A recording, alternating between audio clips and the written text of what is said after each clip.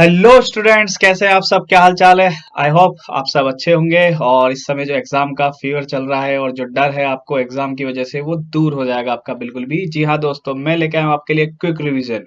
इस बार जो लेक्चर में लेके आया हूँ आपके लिए, वो लेके आया हूँ मेटलर्जी का। इसी तरह आगे और भी मैं वीडियो लेके आऊंगा जिसके अंदर आपको शॉर्ट ट्रिक्स बताऊंगा और क्विक रिवीजन कैसे किया जाता है एग्जाम टाइम पे। पूरा सिलेबस हमें नहीं पढ़ना है, पूरा सिलेबस हम साल भर पढ़ चुके हैं। पूरे साल हमने मेहनत की है, बहुत अच्छे से मेहनत की है। और इस एग्जाम के टाइम पे किस तरीके से हमें फटाफट with in half an hour या यूं कहूं 10 से 15 मिनट में कैसे हमें अपना क्विक रिवीजन देना है पूरे टॉपिक का, पूरे चैप्टर का, वो मैं आज आपको बताऊंगा। ठीक है। तो सबसे पहले अभी हमने जो टॉपिक लिया है दैट इज मेटलर्जी। मेटलर्जी क्यों लिया, बॉन्डिंग क्यों नहीं लिया? क्योंकि साल भर आप बॉन्डिंग पढ़ते रहते हैं, कोऑर्डिनेशन पढ़ते रहते हैं, कुछ टॉपिक्स इंपॉर्टेंट होते हैं जैसे मेटलर्जी हुआ, पी ब्लॉक हुआ, एस ब्लॉक हुआ, डी एंड एफ ब्लॉक हुआ, ये आप बिल्कुल नहीं पढ़ते।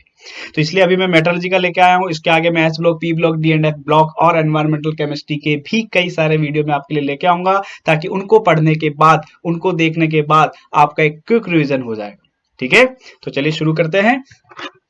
बेटा, मेरा नाम है प्रियंक जोशी और थोड़ा सा मैं अपने बारे में बता देता हूँ जो बच्चे मुझे नहीं जानते हैं। मेरा नाम प्रियंक जोशी है और पिछले 10 सालों से कोटा में रहकर मैं जेई मेन और एडवांस के लिए बच्चों को पढ़ा रहा हूँ। इससे पहले एलन केयर इंस्टीट्यूट में एज अ सीनियर फैकल्टी रहा हूँ कोटा में। राइट नाउ अभी न्यूक्लियस एजुकेशन में एज अ सीनियर फैकल्टी में बच्चों को पढ़ा रहा हूँ। ठीक है। तो चलिए शुरू करते हैं, मेटलर्जी के बारे में बात करते हैं। देखो, मेटलर्जी के अंदर तीन चार चीजें आपको याद रखनी है। क्या?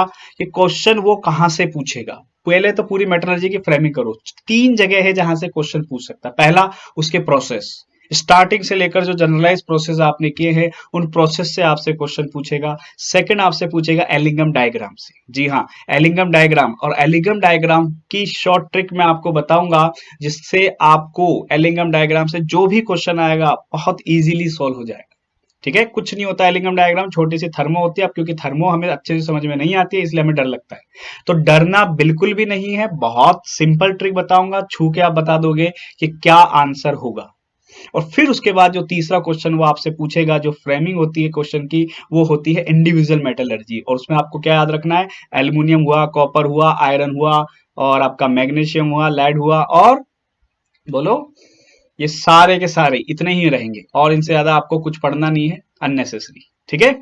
चलिए आगे बात करते हैं। सबसे पहले बेटा, अगर मैं बात करूं तो सबसे पहले अगर हम बात करने जाते हैं तो सबसे पहले हम बात करते हैं कि कौन कौन से प्रोसेस इन्वॉल्व होते हैं। तो बच्चे, सबसे पहले क्रशिंग आता है। क्या आता है? क्रशिंग।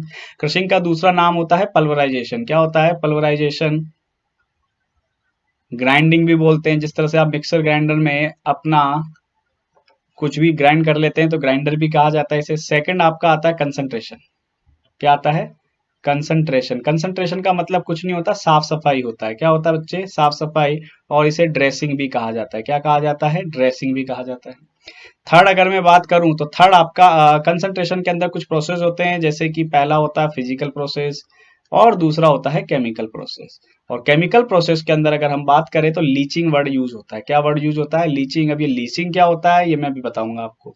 फिजिकल प्रोसेस के अंदर अगर मैं बात करूं तो पहला आता है आपका ग्रेविटी सेपरेशन मेथड। ठीक। ग्रेविटी सेपरेशन के बाद आपका आ जाता है सेकंड, मैग्नेटिक सेपरेशन मेथड। क्या आता है बच्चे? Magnetic separation method. और जो थर्ड आपका होता है, वो थर्ड होता है आपका फ्रोथ फ्लोटेशन, जिसे मैं शॉर्ट में लिख देता हूं FF process, froth flotation process. अभी जो ग्रेविटी सेपरेशन प्रोसेस होता है इसमें दो होते हैं। एक होता है विल्फ्रे टेबल। ठीक है। विल्फ्रे टेबल के बाद अगला जो आता है आपका, वो आता है आपका विल्फ्रे टेबल हो गया। और विल्फ्रे टेबल के बाद जो अगला आएगा आपका, आएगा हाइड्रोलिक वॉशिंग मेथड। ठीक। मैग्नेटिक सेपरेशन में क्या होता है? कुछ नहीं होता, जो और होता है और इम्प्योरिटी होती है, इनके अंदर मैग्नेटिक नेचर का डिफरेंस होना चाहिए। यानी अगर ये आपका और है तो ये मैग्नेटिक है, ये इम्प्योरिटी है तो ये नॉन मैग्नेटिक है, तो सेपरेट कर लिया जाएगा। अगर आपका ये जो और है ये नॉन मैग्नेटिक और इम्प्योरिटी मैग्नेटिक है तो भी सेपरेट कर लिया जाएगा। ठीक है। जनरली आयरन के जो कंपाउंड है उनके लिए इसको यूज किया जाता है। और जो टिन होता है SnO2, वो टिन का नॉन मैग्नेटिक नेचर होता है, लेकिन उसमें जो इम्प्योरिटी होती है वुल्फ्रामाइट की, वो यूज की जाती है, वो प्रोसेस यूज किया जाता है, क्योंकि वुल्फ्रामाइट मैग्नेटिक नेचर का होता है तो मैग्नेटिक सेपरेशन यूज कर लिया जाता है। फ्रोथ फ्लोटेशन की बात करूं तो froth flotation process generally use किया जाता है सल्फाइड ओर के लिए। जनरली वर्ड यूज किया, ऑलवेज नहीं, हमेशा सल्फाइड के लिए नहीं, नॉन सल्फाइड ओर के लिए भी ये यूज कर लिया जाता है। ठीक है। लीचिंग की अगर बात कर लेते हैं, थोड़ा सा लीचिंग के बारे में बात कर लेते हैं। तो लीचिंग के लिए, लीचिंग की हमने बात करी तो लीचिंग के अंदर हमारा आ जाता है लीचिंग। लीचिंग में मेरा आया Ag2S, ठीक है। सिल्वर का और लिया और Ag2S की रिएक्शन करा दी हमने किसके साथ, NaCN के साथ करा दी, तो एक कंपाउंड बन जाता है आपका AgCN। क्या बनता है, AgCN होल ट्वाइस। और साथ ही साथ क्या बन जाता है, Na2S। ये जो रिएक्शन होती है रिवर्सिबल होती है।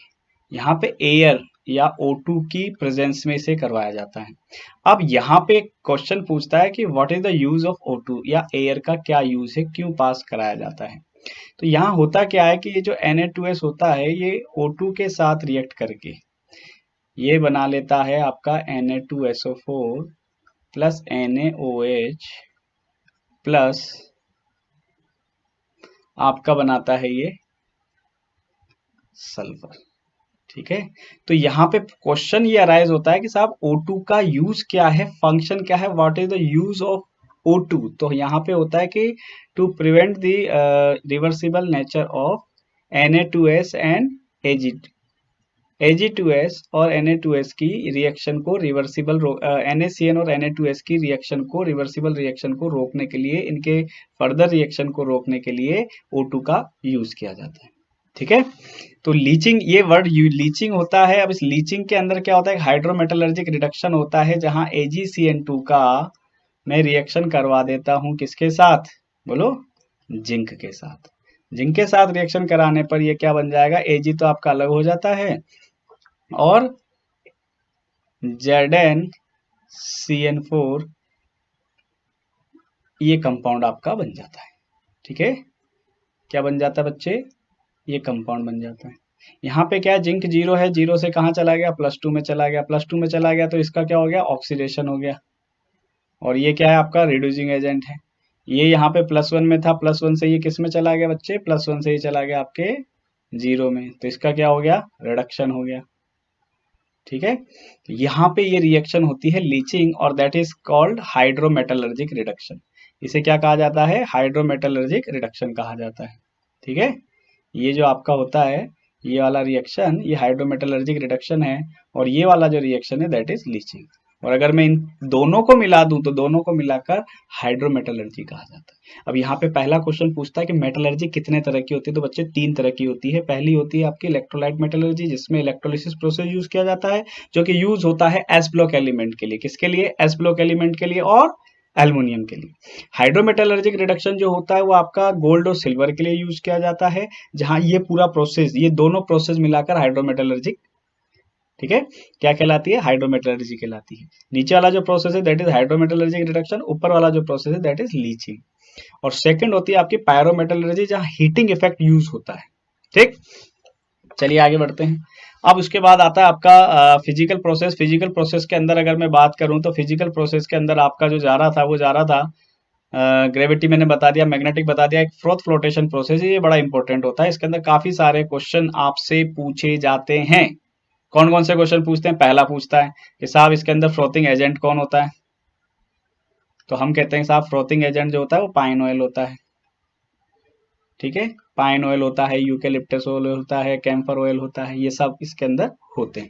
सेकंड हमसे पूछा जाता है कि साहब फ्रोथिंग एजेंट के बाद फ्रोथ स्टेबलाइजर क्या होता है, तो फ्रोथ स्टेबलाइजर की अगर बात करूं, फ्रोथ स्टेबलाइजर एनिलीन और क्रिसोल होता है। क्या होता है, एनिलीन और क्रिसोल, ठीक। फोर्थ थर्ड हमसे पूछता है इसके अंदर कि साहब फ्रोथ स्टेबलाइजर तो हो गया, यहाँ पे कलेक्टर का काम कौन करता है, तो हम कहते हैं कि साहब कलेक्टर का काम करता है सोडियम इथाइल जेंथेट। कौन काम करता है बच्चे, सोडियम इथाइल जेंथेट काम करता है। थर्ड हमसे पूछता है कि इसके अंदर जो बताओ आप, सोडियम इथाइल जेंथेट के बाद इसके अंदर एक्टिवेटर का काम कौन करता है। ये छोटे छोटे क्वेश्चन पूछे जाते हैं, एक्टिवेटर का काम कौन करता है, तो साहब एक्टिवेटर का काम कौन करता है, कॉपर सल्फेट करता है। डिप्रेसेंट का काम कौन करता है, डिप्रेसेंट का काम कौन करता है, डिप्रेसेंट का काम करता है आपका NaCN, ठीक है। तो ये कुछ छोटे छोटे से क्वेश्चन है जो आपसे पूछता है कि बताओ एक्टिवेटर का काम कौन कर रहा है, डिप्रेशन का काम कौन कर रहा है, फ्रोथ स्टेबलाइजर कौन है, फ्रोथिंग एजेंट कौन है, ये सारा। और प्लस आपसे पूछता है ये किस कंसेप्ट पे काम करता है फ्रोथ फ्लोटेशन प्रोसेस, तो फ्रोथ फ्लोटेशन प्रोसेस काम करता है एडजॉर्प्शन प्रोसेस पे, एडजॉर्प्शन, एब्जॉर्प्शन नहीं, एडजॉर्प्शन प्रोसेस पे काम करता है, ठीक है। जनरली वेटिंग प्रॉपर्टी पे काम करता है। वेटिंग प्रॉपर्टी पाइन ऑयल की जो आपका सल्फाइड ऑयल है उसका पाइन ऑयल के साथ होता है, और जो इम्प्यूरिटीज होती है इम्प्यूरिटीज का होता है किसके साथ, आपके जो वाटर होता है उसके साथ। फिर आपसे छोटा सा क्वेश्चन पूछता है कि साहब मैट्रिक्स और गैंग क्या होते हैं, तो ये इम्प्यूरिटीज होती है सैंड पार्टिकल की, बैक्टीरिया की, silicus impurities, that is called collectively gang और मैट्रिक्स। ठीक। फिर एक आपसे छोटा सा वर्ड पूछता है कि साहब इसके अंदर स्लैग क्या होता है। स्लैग कुछ नहीं होता, एक मोल्टन फेज होती है, it is a kind of impurities, एक तरह की इम्प्यूरिटी होती है ये भी। ठीक है। दो तरह के स्लैग होते हैं, एक एसिडिक और एक बेसिक। एसिडिक जनरली होता है आपका SiO2 हो गया, और Na2B4O7 हो गया, B2O3 हो गया, ये एसिडिक होते हैं। और जो बेसिक होते हैं वो आपका कैल्शियम ऑक्साइड हो गया, मैग्नीशियम ऑक्साइड हो गया, ये सारे क्या होते हैं आपके बेसिक होते हैं। ठीक है। तो यहाँ पे हमने दो प्रोसेस पढ़ लिया। अब इसके बाद आता है आपका कंसंट्रेशन प्रोसेस के बाद conversion of concentrate ore into its oxide, यानी यूं कहें कि एक तरह से ऑक्सीडेशन प्रोसेस भी बोल सकते हैं हम इसको। तो ऑक्सीडेशन प्रोसेस है, इसके दो होते हैं, एक होता है रोस्टिंग और एक होता है आपका कैल्सिनेशन। इससे भी काफी अच्छे क्वेश्चन पूछे जाते हैं और पूछे भी गए हैं। तो जनरली रोस्टिंग और कैंसिलेशन रिवर्बरेटिव फर्नेस में होती है। किसमें होती है बच्चे, रिवर्बरेटिव फर्नेस में होती है। और रिवर्बरेटिव फर्नेस के अंदर roasting, roasting O for oxygen, यानी ऑक्सीजन की प्रेजेंस में होती है, यही छुपा हुआ है। जनरली हमारे ये तो डाउट होता है कि रोस्टिंग और कैल्सिनेशन ऑक्सीजन की प्रेजेंस में होती है, एयर की प्रेजेंस में होती है, एब्सेंस में होती है, तो यही छुपा हुआ है रोस्टिंग ओ फॉर ऑक्सीजन, यानी ऑक्सीजन की प्रेजेंस में। कैल्सिनेशन, कैंसिल कैंसिल, यानी ऑक्सीजन की कैंसिलेशन में हो रहा है। ठीक है। तो समझ में आया, रोस्टिंग किस में हो रहा है, प्रेजेंस में, और कैल्सिनेशन में क्या हो रहा है, ऑक्सीजन की एब्सेंस में हो रहा है। दोनों किस में होती है, एक ही फर्नेस में होती है, रिवर्बरेटिव फर्नेस में होती है। रोस्टिंग किसके लिए की जाती है, जनरली सल्फाइड ओर के लिए की जाती है। जनरली बोल रहा हूँ, सल्फाइड ओर के लिए की जाती है। नॉन सल्फाइड के लिए भी की जाती है। कुछ वोलेटाइल इंप्योरिटीज होती है, उनको रिमूव करने के लिए भी रोस्टिंग की जाती है। आयरन के केस में भी लोअर ऑक्सीडेशन से हायर ऑक्सीडेशन में बदलने के लिए भी रोस्टिंग की जाती है। कैल्सिनेशन किसके लिए किया जाता है, हाइड्रेटेड ओर के लिए किया जाता है, एनहाइड्रेट बनाने के लिए, क्रिस्टलाइन वाटर रिमूव करने के लिए, और कार्बोनेट ओर के लिए। C4 calcination, C4 carbonate, carbonate ओर के लिए भी कहा जाता है इसे। तो यहीं से सारे क्वेश्चन हो जाते हैं। यहाँ तब तक हीट किया जाता है बिलो इट्स मेल्टिंग पॉइंट, इन दोनों के जो भी मेटल है उसके मेल्टिंग पॉइंट से बिलो इनको हीट किया जाता है। ठीक है। ये ऑक्सीडेशन और रोस्टिंग यहीं पे नाम छुपे हुए हैं, और यहीं पे आपका सारा काम हो गया। चलिए आगे बढ़ते हैं। अगला जो हमारा पूछता है रोस्टिंग कैल्सिनेशन के बाद हमसे पूछता है रिडक्शन। अब यहां से भी काफी सारे क्वेश्चन आते हैं, तो आपको रट्टा नहीं मारना है, आपके सारे आंसर यहीं छुपे हैं। एक सीरीज बता रहा हूँ, रिएक्टिविटी सीरीज होती है ये, ली के, मैं लिख देता हूं यहाँ पे।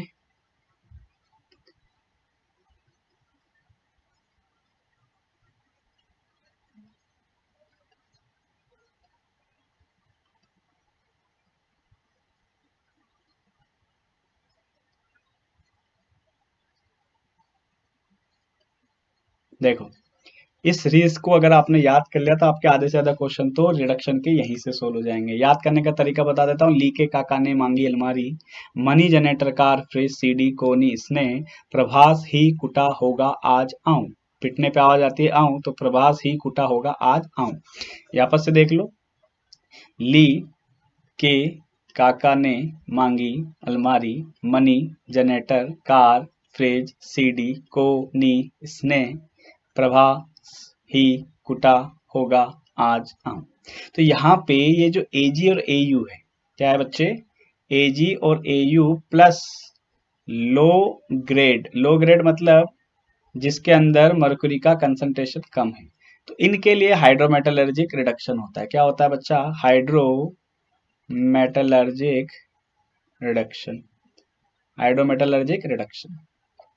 यहां से लिथियम से लेकर एल्युमिनियम तक कौन सा रिडक्शन होता है, इलेक्ट्रोलाइट रिडक्शन होता है। कौन सा होता है बच्चे, इलेक्ट्रोलाइट रिडक्शन।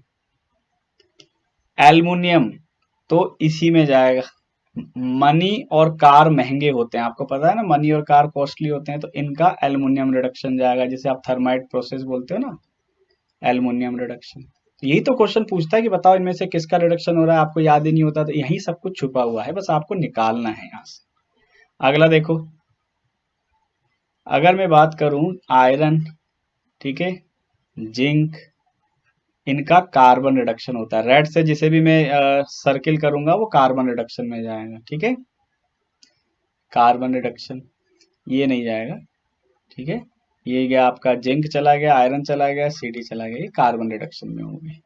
ठीक, अब यहाँ पे ये जो टिन है ये भी कार्बन रिडक्शन में चला गया।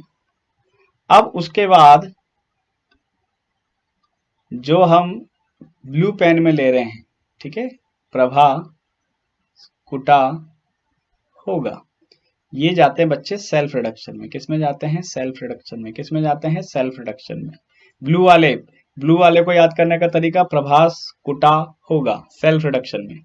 ठीक है, अब यहाँ पे ये जो लो ग्रेड कॉपर मैंने सर्किल किया था ना रेड से, उसको सर्किल करने का रीजन ये था कि लो ग्रेड कॉपर को भी हम कार्बन रिडक्शन से ले लेते हैं, लो ग्रेड कॉपर को भी। समझ में आ रही है मेरी बात? इसलिए मैंने इसको रेड से किया था। अब ढंग से समझो, यहाँ पे क्या हो रहा है कि मर्करी एजी और एयू हाइड्रोमेटलर्जी से होते हैं।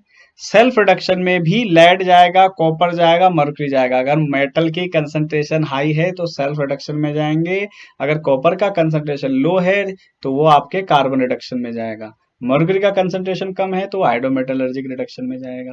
तो यहीं से आपके काफी सारी चीजें सॉल्व हो जाती है। ये रिएक्टिविटी सीरीज जो है ये ऑक्सीजन एफिनिटी पे बेस्ड है। क्वेश्चन पूछता है साहब किस पे बेस्ड है? Oxygen affinity. एफिनिटी का मतलब क्या होता है बच्चे? एफिनिटी का मतलब होता है स्नेह या लगाव, तो इस पे बेस है ये। ठीक है, रिडक्शन प्रोसेस के बाद हमारा आता है प्यूरिफिकेशन प्रोसेस। कौन सा प्रोसेस आता है बच्चे? प्यूरिफिकेशन प्रोसेस आता है। प्यूरिफिकेशन प्रोसेस के अंदर अगर मैं बात करूं तो पहला आता है आपका जॉन रिफाइनिंग प्रोसेस। क्या आता है? John refining process. अब क्वेश्चन ये नहीं पूछ रहा कि define the John refining process, question पूछेगा बताओ किसके लिए यूज होता है ये। समझ रहे हो? It is a quick revision. ये भी मैं डिटेल में आपको नहीं समझा रहा हूँ क्योंकि डिटेल में तो ये कम से कम 8 से 10 लेक्चर का होता है। मैं इसे समराइज कर रहा हूँ आपके लिए।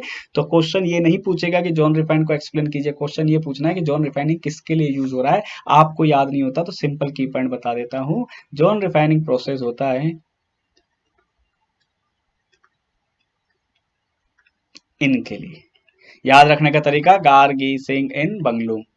सेकंड सेकंड की अगर बात करूं तो वेपर फेज प्रोसेस आता है। क्या आता है बच्चे? Vapour phase process. ये वेपर फेज प्रोसेस जो होता है ये दो चीजों के लिए होता है। एक पहला होता है वैन आर्कल डीबोर प्रोसेस, और ये जो होता है दैट इज मॉन्ड्स प्रोसेस। ठीक है, अब चाय पियोगे ना? थोड़ी सी पियो। टी जरा हाफ। क्या? टी जरा हाफ। याद रखने का तरीका, टी जरा हाफ। ठीक है, थोरियम और बोरोन। और मॉन्ड प्रोसेस होता है आपके निकल के लिए। किसके लिए होता है? निकल निकल निकल निकल निकल के लिए होता है। ठीक है, तो टी जरा हाफ थोरियम बोरोन। यहाँ कंफ्यूजन आता है कि साहब बोरोन यहाँ भी है, बोरोन यहाँ भी है, क्या किससे होता है? इससे हो रहा है क्या? जल्दीबाजी में गलत लिख दिया ना, दोनों से होता है बेटा। वेन आर्कल से भी होगा और जॉन रिफाइनिंग से भी होगा। ठीक है, वेरिफिकेशन प्रोसेस हो गया, वेन आर्कल हो गया। इसके बाद जो आता है आपका वो आता है ऑक्सीडेशन प्रोसेस। इसके अंदर आपका क्या आता है? सबसे पहले आता है आपका पॉलिंग। क्या आता है बच्चे? पॉलिंग प्रोसेस आता है। पॉलिंग प्रोसेस के बाद आता है आपका क्यूपलेशन आता है। क्या आता है? क्यूपलेशन। पॉलिंग, क्यूपलेशन, इनके बाद आता है आपका बेसिमराइजेशन। ठीक है, बेसिमराइजेशन जनरली स्टील मैन्युफैक्चरिंग के अंदर होता है आयरन के लिए। किसके लिए होता है बच्चे? आयरन के लिए। क्यूपलेशन होता है आपका एजी और एयू के लिए।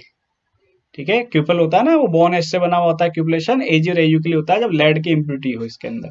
पॉलिंग जो होता है आपका वो टिन और कॉपर के लिए होता है। टिन और कॉपर, जब टिन और कॉपर में इनके ऑक्साइड की इम्प्योरिटी हो तो पॉलिंग प्रोसेस से प्यूरिफिकेशन किया जाता है। ठीक है, अगला अगर ऑक्सीडेशन के बाद बात करूं तो अगला जो आता है मेरा अदर प्रोसेस आ जाता है। क्या आ जाता है? Other process. In other process के अंदर अगर मैं बात करूं तो पहला आपका आता है डिस्टिलेशन। क्या आता है? डिस्टिलेशन। और डिस्टिलेशन के बाद आता है आपका लिक्वेशन, लिक्विफिकेशन, जो भी आप बोलना चाहें। और फिर अगला जो आता है डिस्टिलेशन लिक्वेशन के बाद वो आता है आपका अमलगमेशन। अमलगमेशन क्या होता है? कुछ नहीं होता, अमलगम बना लिया जाता है। किसके लिए यूज होता है? एजी और एयू के लिए यूज होता है। सर एजी और ए के लिए ये भी यूज होता है? हाँ, ये भी होता है, ये भी होता है। लिक्वेशन किसके लिए होता है? के लिए होता है। याद रखने का तरीका, सन प्लम्बर बीमार, सन प्लम्बर बीमार, कार्बन फैमिली का सीजी सन प्लम्बर, अब वो सन प्लम्बर क्या हो गया, बीमार हो गया। डिस्टिलेशन, सर पढ़ते पढ़ते जिंदगी कबाड़ हो गई, पढ़ते पढ़ते जिंदगी कबाड़ हो गई, तो डिस्टिलेशन किसके लिए आएगा बच्चे, जिंदगी कबाड़ हो गई, इनके लिए यूज किया जाएगा। ठीक है, तो इस तरीके से ये सारे प्रोसेस अगर आप एक बार पढ़ लोगे ना, तो क्वेश्चन बच्चे इन्हीं में से बनने हैं। मैं फिर बोल रहा हूँ, मेटलर्जी में 3 पार्ट से क्वेश्चन बनने हैं। एक तो सारे प्रोसेस कौन सा किसके लिए होगा ये पूछ सकता है, दूसरा आपका पूछेगा एलिंगम डायग्राम, और तीसरा इंडिविजुअल मेटलर्जी जो होगी एल्युमिनियम, कॉपर, आयरन की, मैग्नीशियम की, एजी, एयू की और लेड की। इन्हीं से आपसे क्वेश्चन पूछने हैं। अब आपको समस्या ये होती है कि पहले तो मेरे ये प्रोसेस पढ़े हुए नहीं होते, इतना सारा याद नहीं होता, तो समस्या यहीं से शुरू होती है। तो अगर आपको याद है तो अच्छी बात है, नहीं याद है तो जितना मैंने बताया अगर इतना आप 2 बार भी पढ़ लोगे ना ढंग से, तो मेरी गारंटी है कि इसमें से अगर क्वेश्चन आएगा तो आपका गलत बिल्कुल नहीं जाएगा। ठीक है, क्लियर। तो चलिए आज के लिए इतना ही, और इसके बाद अगले लेक्चर में मिलते हैं हम, जिसके अंदर मैं आपको बताऊंगा इंडिविजुअल मेटलर्जी में क्या क्या पढ़ना है, कौन सी रिएक्शन पढ़नी है, कौन सी रिएक्शन इंपॉर्टेंट है, एलिंगम डायग्राम की ट्रिक्स बताऊंगा। ठीक है, और इसके बाद जो डिस्क्रिप्शन बॉक्स है उसके अंदर आपको इनकी अगर प्रैक्टिस करनी है, इन क्वेश्चंस की मेटलर्जी से रिलेटेड और डी एंड एफ ब्लॉक से रिलेटेड क्वेश्चन अगर प्रैक्टिस करने हैं तो उसका लिंक मैं दूंगा, तो आप वहां से उसकी प्रैक्टिस कर सकते हैं। ठीक है, तो चलिए तब तक के लिए टाटा बाय बाय, मिलते हैं बहुत जल्द। और अगर आपको कोई अच्छा टॉपिक रिवीजन में लेना है, क्विक रिवीजन लेना है, उसके की पॉइंट जानने हैं कि कैसे उसे विजुलाइज करना है, कैसे समराइज करना है, तो आप कमेंट करके मुझसे पूछ सकते हैं, मैं नेक्स्ट वीडियो उसी के ऊपर लेके आ जाऊंगा। ठीक है, तो चलिए टाटा बाय बाय, मिलते हैं, ओके।